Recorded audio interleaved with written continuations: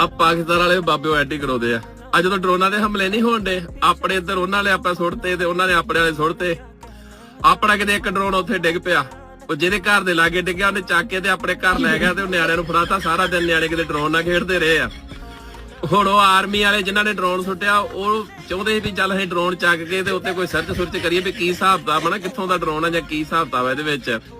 ਉਹ ਲੱਭਦੇ ਰਹੇ, ਉਹਨਾਂ ਨੂੰ ਡਰੋਨ ਨਾ ਲੱਭੇ, ਕਿੱਥੇ ਚਲ ਗਿਆ ਉਹ ਕਿਤੇ ਲੱਭਦੇ ਲਭਾਉਂਦੇ ਸ਼ਾਮਾਂ ਨੂੰ ਕਿਤੇ 9-10 ਵਜੇ ਜਾ ਕੇ ਪਤਾ ਲੱਗਾ ਕਿ ਫਲਾਣੇ ਬੰਦੇ ਕੋ ਉਹਦੇ ਕੋਲ ਸਾਰੇ ਜਿਹੜਾ ਮਹਿਕਮਾ ਉਹਦੇ ਕੋਲ ਆ ਗਿਆ, ਕਹਿੰਦੇ ਵੀ ਸਾਡਾ ਡਰੋਨ ਦੇ। ਉਹ ਬੰਦਾ ਉਹਨਾਂ ਤੇ ਚੜ ਗਿਆ, ਕਹਿੰਦਾ ਤੁਸੀਂ ਸਵੇਰ ਦੇ ਕਿੱਥੇ ਸੀ, ਸਵੇਰੇ ਕਿਉਂ ਨਹੀਂ ਲੈਣ ਆਏ ਡਰੋਨ?